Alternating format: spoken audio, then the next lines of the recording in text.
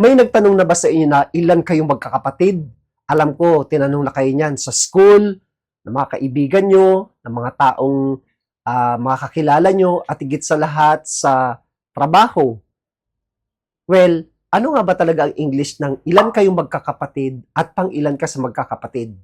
Ngayon pag-usapan natin yan.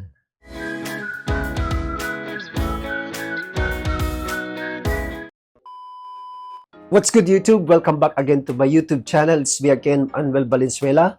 For today's video, pag-usapan po natin, ano nga ba ang English ng ilan kayong magkakapatid at pang ilan ka sa magkakapatid?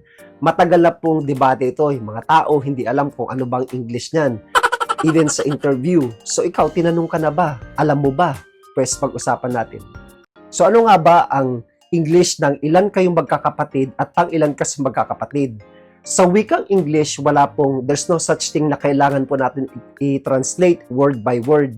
So, ang English po niyan, ang ilan kayong magkakapatid at pang ilan ka sa magkakapatid. So, unahin po natin ilan kayong magkakapatid. Pwede pong sabihin natin na, how many kids in the families and where do you all fall in the line?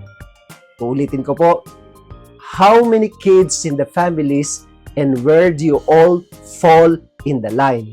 Pwede rin po nating sabihin na how many sibling do you have and where do you all fall in the line? So yan po yung legit na translation ng ilan kayong magkakapatid at pang ilan ka sa magkakapatid. Ulitin ko po, how many kids in the families and where do you all fall in the line?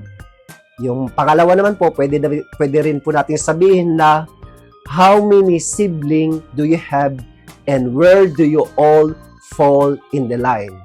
Now you know. Kaya nga kung may magtatanong sa inyo na sa susunod, kung may magtatanong sa inyo, especially kapag foreigner, pwede nyo siyang tanungin na ganito.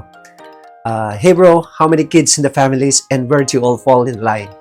Or pwede na nating sabihin yung pangalawa, hey bro, o hey dude, how many siblings do you have and where do you all fall in line? O diba? Nakakatalino.